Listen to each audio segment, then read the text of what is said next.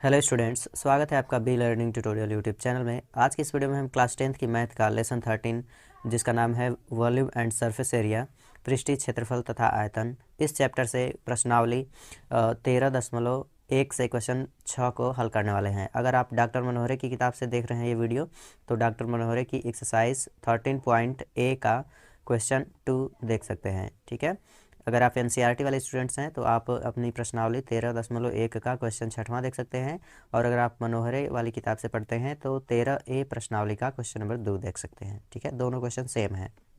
तो चलिए स्टार्ट करते हैं आज की इस वीडियो को। हमने कुछ फार्मूले आपको बताए थे, तो उनका लिंक हमने डिस्क्रिप्शन में दे रखा है, वहाँ से आप जाके जितने भी ज्योमेट्री के या जो अलजेब्रा के फार्मूले हैं उनको आप डाउनलोड कर लीजिए be learning tutorial Telegram group से। ठीक है, उसका लिंक हमने डिस्क्रिप्शन में दिया है। प्रीवियस वीडियो में हमने पहले क्वेश्चन को हल किया था, दूसरे क्वेश्चन वीडियो में हम लोग दूसरे क्वेश्चन को हल करेंगे। यहाँ पे आप देख सकते हैं क्लास 10th की मैथ का एक्सरसाइज 13A का लेसन 13 का ये क्वेश्चन है दूसरा। और अगर आप एनसीईआरटी वाली बुक से पढ़ते हैं तो एनसीईआरटी की एक्सरसाइज 13A मतलब 13.1 का क्वेश्चन नंबर 6 है। तो इस क्वेश्चन को हम पढ़ते हैं।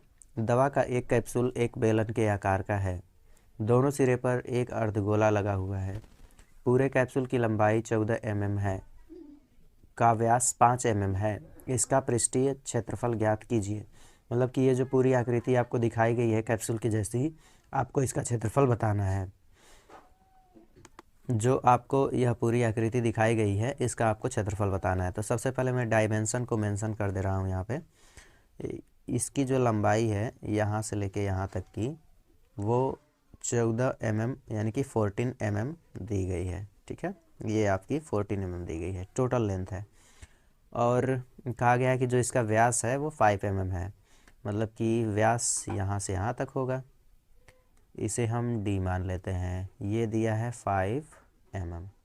ठीक, अगर यह कैप्सूल का व्यास है तो साइड साइड में दो अर्धगोले बन रहे हैं, इनका भी तो व्यास होगा, क्योंकि ये जो लेंथ है इसी के बराबर ही है। मतलब कि यहाँ पे भी यह 5 mm ही होगा और यहाँ पे भी 5 mm ही होगा। ठीक है, दोनों जगह। यानी कि कह सकते हैं कि जो अर्धगोले का व्यास है वो भी 5 mm होगा और जो कैप्सूल का व्यास है वो भी 5 mm होगा।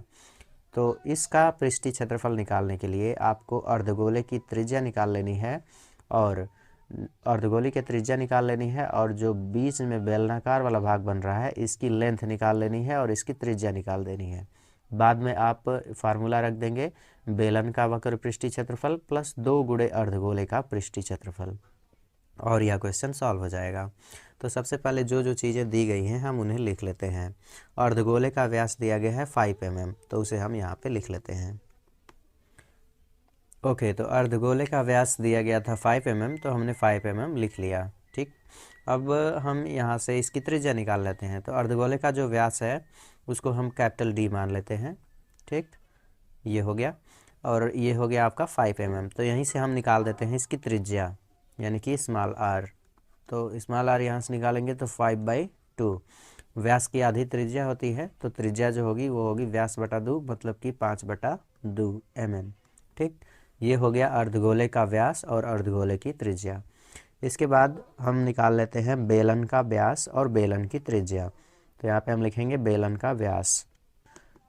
इसमें बेलन का जो व्यास है वो भी दिया गया है 5 mm, क्योंकि बेलन और अर्धगोला दोनों एक ही बेस पे बने हुए हैं, तो इसलिए दोनों का जो व्यास होगा वो सेम होगा। तो बेलन का व्यास हम मान लेते हैं स्मॉल d, और ये कितना है 5 mm है। तो यहाँ से हम इसकी त्रिज्या निकाल देंगे, यानी कि स्मॉल r, तो ये भी होगा 5/2 mm। ठीक, ये बेलन का व्यास और बेलन की त्रिज्या हो गई। अब हमें चाहिए बेलन की ऊंचाई। तो अगर आप नोटिस करोगे तो यहाँ से ये वाला सिरा और यहाँ से ये वाला सिरा, ये दोनों अलग हैं, मतलब अर्धगोले की त्रिज्याएं हैं। बाकी जो बेलन की ऊंचाई होगी वो केवल यहाँ से लेके यहाँ तक की होगी, न कि पूरा यहाँ से यहाँ तक की। तो हम लोग करेंगे क्या कि 14 mm में से, मतलब जो टोटल लेंथ है कैप्सूल की, उसमें से यह वाली त्रिज्या और यह वाली त्रिज्या दोनों को जोड़ के घटा देंगे। मतलब कि आप यहाँ से ऐसे कह सकते हैं कि 5/2 और यहाँ पे भी है 5/2, दोनों को ऐड करके और 14 में से घटा देंगे तो ये निकल जाएगी कैप्सूल की लंबाई। ठीक, मतलब कैप्सूल की लंबाई नहीं, बेलनाकार भाग की लंबाई। तो यहाँ पे हम लिखेंगे बेलन की लंबाई। ओके, तो हमने लिख लिया बेलन की ऊंचाई यानी कि स्मॉल h, ये होगा कैप्सूल की लंबाई माइनस 2r। तो कैप्सूल की लंबाई है 14 mm और 2r का मतलब व्यास, ठीक है, क्योंकि त्रिज्या का 2 गुना व्यास होता है। तो यहाँ पे 5/2 और 5/2 दोनों को जोड़ेंगे तो आपका हो जाएगा 2r, या डायरेक्ट आप 5 लिख सकते हैं। तो यहाँ पे हम लिख देंगे 5, घटा लेंगे, ये हो जाएगा 9 mm। ये है हमारा बेलन का ऊंचाई। बाकी चीज़ें हम सभी को यहाँ पे अब क्लैरिफाई हो चुकी हैं, जैसे कि अर्धगोले का व्यास और त्रिज्या हमें मिल चुका है, बेलन की त्रिज्या मिल चुकी है और बेलन की ऊंचाई मिल चुकी है। अब हमें निकालना है केवल कैप्सूल का पृष्ठीय क्षेत्रफल। तो चलते हैं नेक्स्ट स्लाइड में और देखते हैं। तो यहाँ पे अब हमें कैप्सूल का पृष्ठीय क्षेत्रफल निकालना है। तो यह होगा बेलनाकार भाग का पृष्ठीय क्षेत्रफल प्लस 2 गुणे अर्धगोलाकार भाग का पृष्ठीय क्षेत्रफल। तो आपको बता दें कि जो बेलनाकार भाग का वक्र पृष्ठीय क्षेत्रफल होता है वह होता है 2πrh, और जो अर्धगोले का पृष्ठीय क्षेत्रफल होता है वो होता है 2πr²। ठीक है, वैल्यू को हम पुट कर देंगे और हल कर लेंगे। तो 2πrh यहाँ पे वैल्यू हम पुट करेंगे। 1 मिनट, वैल्यू पुट करने से पहले हम यहाँ से कुछ चीज़ें कॉमन ले सकते हैं। देखिए, ये है 2πrh और इसमें भी है आपका 2πr² और बाहर 2 है, तो इसका अंदर मल्टीप्लाई कर देते हैं। देखिएगा, ये हो जाएगा आपका 2πrh प्लस मल्टीप्लाई करेंगे अंदर तो 4πr²। ठीक, दोनों में से हम 2πr कॉमन ले सकते हैं, तो यहाँ से हम कॉमन ले लेंगे 2πr। यहाँ से हम 2πr कॉमन ले लेते हैं। यहाँ पे हमें मिलेगा h प्लस और यहाँ से मिलेगा 2r। ठीक है, यहाँ पे हम 2πr कॉमन ले लेंगे तो यहाँ पे हमको मिलेगा 2r। ठीक है, तो ये ले लेते हैं 2r।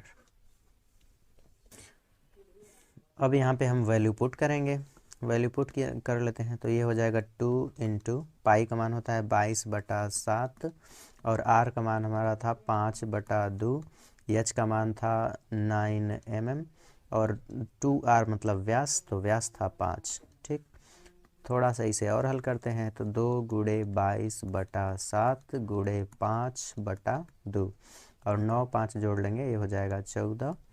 7 से इसको काट लेंगे 2 बार में और 2 से इसे काट लेंगे 1। बच क्या रही है हमारे पास चीज़ें, तो 2, 22 और 5 यही बच रहा है। 2 का 22 में गुणा करेंगे 44 हो जाएगा, गुणे 5 और इसमें आप करेंगे 5 का गुणा तो ये हो जाएगा 220 mm²। ठीक, और यही होगा कैप्सूल का पृष्ठीय क्षेत्रफल और यही आपका आंसर है। ठीक, बहुत ही आसान सा क्वेश्चन था, आप इसे इस तरीके से हल कर सकते हैं। मुझे उम्मीद है कि आपको यह क्वेश्चन समझ में आया होगा। वीडियो अच्छा लगा हो तो प्लीज़ वीडियो को लाइक करें, चैनल पे नए हैं तो चैनल को सब्सक्राइब करें। मिलते हैं अगले वीडियो में नेक्स्ट टॉपिक पे। Thanks for watching.